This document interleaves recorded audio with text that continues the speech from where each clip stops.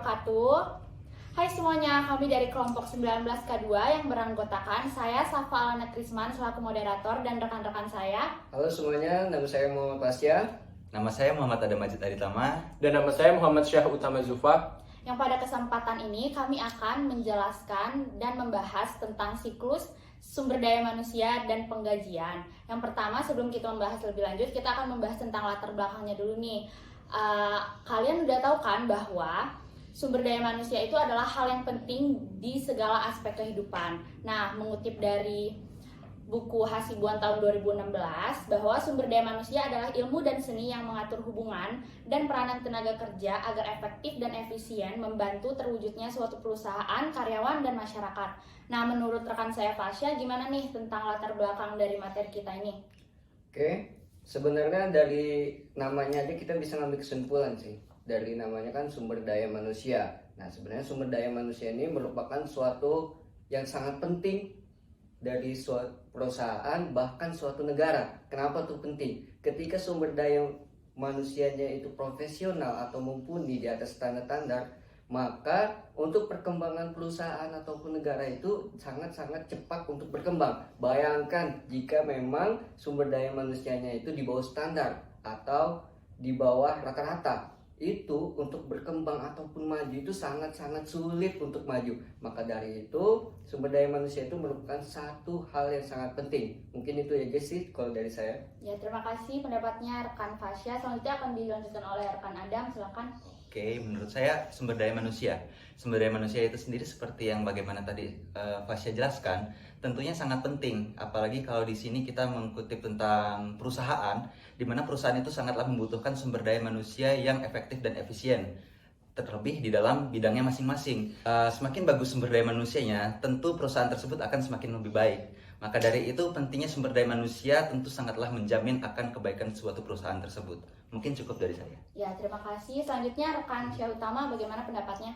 Kalau menurut saya, sumber daya manusia dengan memiliki background dan pendidikan mereka masing-masing untuk bekerja di suatu perusahaan, maka lebih mudah untuk mencapai tujuan perusahaan, lebih efektif dan efisien karena mereka memiliki kemampuan-kemampuan sesuai dengan bidang mereka masing-masing.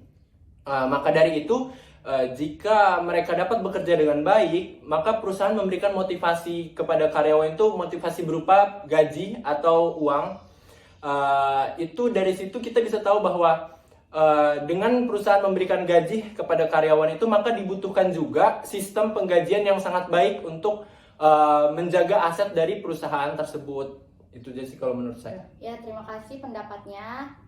Mungkin itu saja latar belakang yang bisa kami bahas, dan selanjutnya akan ke pembahasan yang lebih lanjut. Yang pertama ada tentang siklus penggajian atau pengupahan dan aktivitas siklus penggajian yang akan dijelaskan lebih lanjut oleh rekan saya Fasya. Siklus penggajian dan pengupahan. Jadi pada siklus penggajian dan pengupahan ini pada sistem informasi akuntansi terus mengalami perubahan secara bertahap. Kenapa? Karena memang untuk gajian karyawan yang dibayarkan itu terus dilakukan secara periodik.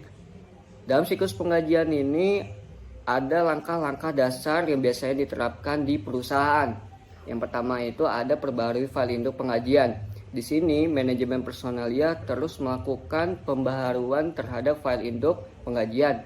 Kenapa? Karena memang untuk kegiatan yang terkait itu yang dirubah, yang pertama itu ada penerimaan tenaga kerja, kemudian pemberhentian karyawan, kemudian perubahan tingkat gaji dan penyesuaian gaji karyawan. Kemudian yang kedua itu perbarui tarif dan potongan pajak lainnya, yaitu memperbaharui informasi mengenai perubahan tarif dan pemotongan lainnya. Kemudian yang ketiga itu ada validasi waktu dan kehadiran. Di sini perusahaan biasanya skema pembayarannya itu dilakukan secara per jam. Jadi perusahaan menyiapkan kartu waktu, di mana kartu waktu ini untuk mencatat kedatangan pegawai, kemudian keluar untuk setiap giliran kerja. Nah, berdasarkan kartu waktu ini diketahui jumlah jam kerja dan selesai tiap-tiap karyawan. Kemudian yang keempat ini mempersiapkan penggajian, yaitu pada masing-masing bagian memberikan data tentang jam kerja karyawan selama satu periode. Kemudian yang kelima itu membayar gaji karyawan, di mana biasanya untuk pembayaran ini langsung ke rekening. Kenapa hal ini dilakukan? Untuk meminimalisir pemotongan gaji yang ilegal, dan yang terakhir itu ada pajak penghasilan dan potongan lain-lain, yaitu membayar kewajiban bagi pajak penghasilan dan sukarela lainnya dari setiap pegawai. Mungkin itu saja untuk siklus penggajian dan pengupahan. Selanjutnya, saya akan menjelaskan tentang fungsi sistem informasi akuntansi pada siklus pengupahan dan siklus MSDM atau penggajian. Selanjutnya ada siklus manajemen sumber daya manusia atau siklus MSDM. Nah, siklus MSDM sendiri itu pengertiannya yaitu serangkaian aktivitas bisnis dan proses pengolahan data yang terkait secara terus-menerus berhubungan untuk mengolah kemampuan karyawan secara efektif. Nah, tugas-tugasnya itu ada yang pertama ada merekrut dan memperkerjakan karyawan baru. Yang kedua ada pelatihan. Yang ketiga ada penugasan pekerjaan. Yang keempat ada kompensasi atau penggajian. Yang kelima ada evaluasi kinerja. Dan yang keenam ada mengeluarkan pegawai karena penghentian yang sukarela maupun tidak atau PHK. Selanjutnya, rekan kami ada Majid Aditama akan menjelaskan tentang fungsi sistem informasi akuntansi dalam MSDM dan ancaman dan pengendalian. Oke, fungsi dari sistem informasi akuntansi dalam manajemen sumber daya manusia untuk aktivitas penggajian adalah menyediakan pengendalian internal yang memadai agar dapat memastikan terpenuhinya tujuan apa sih? Nah, yang pertama merupakan aktivitas siklus manajemen sumber daya manusia di dalam penggajian tersebut itu dilakukan secara efektif dan efisien. Nah, yang kedua, semua transaksi penggajian yang dicatat itu valid. Yang ketiga, semua transaksi penggajian yang valid itu diotorisasi dan dicatat. Nah, lalu yang keempat itu ada semua transaksi penggajian dicatat secara akurat. Nah, terus selanjutnya yang kelima, peraturan pemerintah terkait yang berhubungan dengan pengiriman pajak dan pengisian laporan penggajian serta MSDM itu telah dapat dipenuhi. Nah, yang keenam, aset baik itu kas dan data-data dapat dijaga dari kehilangan atau pencurian. Nah, yang ketujuh, aktivitas siklus manajemen sumber daya manusia atau penggajian dilakukan secara efektif dan efisien pula. Ancaman dan pengendalian. Perubahan yang tak terotorisasi atas data induk penggajian dapat mengakibatkan peningkatan biaya kepada pegawai yang tidak dibenarkan tentunya. Nah, pemisahan tugas secara tepat itu merupakan sebuah prosedur pengendalian utama yang digunakan untuk menghadapi ancaman tersebut. Nah, ancaman dan pengendalian dalam siklus penggajian itu dan MSDM ada beberapa. Yang pertama, permasalahan umum di siklus MSDM atau penggajian. Nah, di sini data induk yang tidak akurat atau tidak valid itu bisa dikendalikan dengan pengendalian integritas pengolahan data, pembatasan akses terhadap data induk, pemeriksaan atas seluruh perubahan terhadap data induk. Pengungkapan yang tidak diotorisasi atau informasi sensitif itu bisa dikendalikan dengan pengendalian akses dan enskripsi. Hilang atau rusaknya data bisa dikendalikan tentunya dengan backup dan prosedur pemulihan bencana. Nah, yang kedua itu memperbarui data induk penggajian. Perubahan-perubahan yang tak terotorisasi terhadap data induk penggajian itu bisa dikendalikan loh. Bisa dikendalikan dengan pemisahan tugas. Departemen MSDM memperbarui data induk, tetapi hanya Departemen Penggajian yang menerbitkan dokumen penggajian dan pengendalian akses. Pembaruan yang tidak akurat atas data itu bisa dikendalikan dengan pengendalian integritas pengolahan data. Lalu yang keempat itu adalah menyiapkan penggajian. Nah, di dalam sini kesalahan-kesalahan dalam proses penggajian dapat dikendalikan dengan pengendalian integritas pengolahan data. Total batch, melakukan cross-voting atau daftar penggajian, penggunaan sebuah akun clearing penggajian, dan pengecekan saldo nol. Hal itu untuk memeriksa pengawasan atas daftar penggajian dan laporan-laporan lainnya. Yang kelima, mengeluarkan penggajian. Pencurian atau distribusi yang curang atau slip gaji itu dapat dikendalikan dengan pembatasan akses terhadap sistem EFT, pembatasan akses terhadap cek penggajian kosong, dan mesin tanda tangan cek. Lalu yang keenam adalah membayar pajak gaji dan pengurangan lain-lain. Kegagalan untuk melakukan pembayaran dapat dikendalikan dengan konfigurasi sistem untuk melakukan pembayaran yang diminta menggunakan instruksi terkini dari IRS atau publikasi surat edaran E. Pembayaran yang tidak tepat dapat dikendalikan dengan pengendalian integritas pemrosesan, memeriksa pengawasan atas laporan, dan pemeriksaan pegawai atas laporan pendapat. Itu. Ya, kita memiliki kasus nih pada materi yang akan kita bahas kali ini tentang karyawan fiktif pada PT Garda Utama Nasional. Pembahasan lebih lanjut akan dijelaskan oleh rekan kami, M. Syah Utama Zufa. Selanjutnya, kita akan masuk ke studi kasus pada PT Garda Utama Nasional. Sebelumnya PT Garda Utama Nasional ini apa sih? PT Garda Utama Nasional ini adalah badan usaha jasa yang bergerak di bidang keamanan, mitra keamanan dari perusahaan-perusahaan besar seperti BCA, Pertamina, IKEA, dan lain-lain. Nah, jadi timbul masalah kasus pada PT GUN ini, terdapat karyawan fiktif di cabang Surabaya, yang mana kepala cabangnya Aris dengan HRD-nya Uyung Retnawati melakukan tindak kecurangan kerjasama yang sangat terstruktur, mengadakan memasukkan data karyawan fiktif ke dalam daftar gaji dan melaporkannya ke kantor pusat. Jadi pada saat persidangan itu manajemen perusahaan mengungkap bahwa terdapat nama Romin Syah yang mestinya karyawan tersebut telah habis kontrak sejak April 2018. Namun masih terdapat daftar gaji sampai tahun 2020 itu terungkap masih terdaftar dan menerima gaji gitu. Padahal orangnya itu sudah tidak bekerja lagi di PT GUN. Kemudian Indah sebagai pengganti Uyung itu melakukan rekap dokumen-dokumen gaji, menemukan itu tadi bukti bahwa si Romin Syah ini telah berhenti sejak April 2018, namun kenapa masih masuk ke dalam daftar gaji gitu. Akhirnya diusut lebih dalam, ternyata kepala cabang Surabaya Pak Aris itu dengan HRD-nya Uyung itu bekerja sama dengan pengendali operasional di cabang Surabaya Pak Agus untuk mencarikan nomor rekening atau data-data untuk memalsukan data dan melaporkannya ke kantor pusat sehingga kantor pusat menganggap bahwa karyawan ini masih bekerja di PT GUN cabang Surabaya dan membayarkan gajinya, yang padahal Romin Syah tersebut sudah tidak bekerja gitu di situ.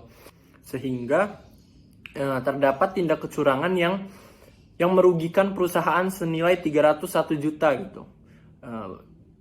Yang mana sebagai seorang kepala cabang mestinya melakukan pengendalian manajemen, mestinya terdapat pengendalian tindakan, tahu mana yang dapat merugikan dan menguntungkan perusahaan. Namun kan itu sifatnya merugikan ya.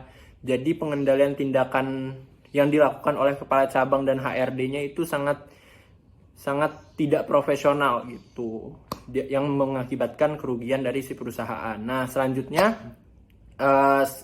dari studi kasus tersebut berarti skema kecurangan yang dilakukan itu ya mulai dari dia mencarikan data, nomor rekening, dokumen-dokumen untuk dipalsukan dan dilaporkan ke kantor pusat sehingga kantor pusat menganggap bahwa pegawai itu memang masih bekerja sehingga dibayarkan gajinya, yang padahal emang sudah tidak bekerja lagi gitu. Jadi merugikan perusahaan. Nah, selanjutnya upaya apa sih yang dapat dilakukan gitu untuk mencegah ini? Menurut saya upaya yang dapat dilakukan itu dengan cara yang pertama melakukan audit sering-sering melakukan audit setiap bulan, bahkan melakukan pengecekan atau monitoring terhadap daftar-daftar gaji, dokumen-dokumen pegawai, seperti men-tracing data-datanya, melihat masa kerja yang ada dari mulai dia bekerja sampai terakhir dokumen dia dikontrak sampai kapan. Menurut saya sih. Terus upaya yang dilakukan juga itu antara kantor pusat dan kantor cabang harus berkoordinasi dengan baik gitu, tentang data-data dan dokumen-dokumen dari pegawainya tersebut gitu loh. Kayak misalnya kantor pusat bisa melakukan monitoring terhadap database dari setiap cabangnya gitu. Terima kasih teman-teman atas pembahasannya dari kasus yang sabar. 3, 2, 1. Ya, terima kasih teman-teman atas pembahasannya dari kasus yang telah kami bahas. kita dapat menarik kesimpulan bahwa Kepala Cabang PT Garda Utama Nasional Surabaya telah melakukan tindak kecurangan dalam memalsukan data. Nah, dari situ kita mengetahui bahwa itulah pentingnya sistem informasi akuntansi dalam siklus penggajian guna untuk menghindari tindakan-tindakan yang tidak kita inginkan. Nah, selanjutnya kita akan memberi saran. Kalau dari rekan-rekan saya, sarannya gimana nih? Yang pertama, Fasya. Kalau saran dari saya ya, ini kan suatu sebenarnya sindikat penipuan yang terstruktur sebenarnya. Jadi kalau untuk ini perusahaan harus lebih aware, harus lebih perhatian bahwa ini jangan sampai terjadi untuk kesekian kalinya, untuk kedua kalinya. Maka dari itu jangan pernah meremehkan sesuatu hal sekecil pun. Salah satunya ya termasuk karyawan fiktif ini ke depan harus dimonitoring secara berkala atau seterusnya, jangan sampai ini terjadi kembali. Itu aja sih kalau untuk dari saya. Ya, terima kasih Fasya. Selanjutnya rekan Anda mungkin ada saran? Kalau menurut saya sendiri tentunya ini merupakan kecurangan yang ada di dalam sebuah perusahaan, di mana karyawan fiktif itu ada. Tentunya itu merupakan sebuah celah yang dimanfaatkan oleh oknum-oknum, dan celah itu sendiri diakibatkan oleh perusahaan itu yang memang memunculkan ataupun tidak peduli akan hal tersebut, sebagaimana saudara Fasya tadi bilang, aware dan peduli terhadap hal-hal kecil. Pastinya tentu menurut saya itu adalah suatu hal yang penting, dan tentunya adalah cross check ulang pendataan berkala yang perlu dilakukan oleh setiap perusahaan dan untuk perusahaan ini ke depannya. Mungkin itu kalau dari saya. Ya, terima kasih Adam. Selanjutnya mungkin Kalau menurut saya, kantor pusat dengan kantor cabangnya harus berkoordinasi dengan baik,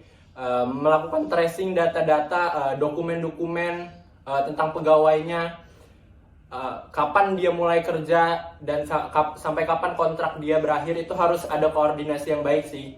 Menurut saya juga kantor pusat itu harus memiliki data induk yang valid, dalam artian data induk itu harus selalu diaudit. Oh, apakah karyawan ini masih bekerja atau sudah habis kontraknya. Harus sering-sering melakukan audit dan koordinasi yang baik antara kantor pusat dan kantor cabangnya. Gitu sih menurut saya. ya, terima kasih teman-teman atas sarannya. Mungkin cukup sekian yang dapat kami sampaikan. Terima kasih. Wassalamualaikum warahmatullahi wabarakatuh. See you. I get drunk, wake up, I'm wasted still. I realize the time that I wasted here. I feel like you can't feel the way I feel. I'll be fucked up if you can't be right.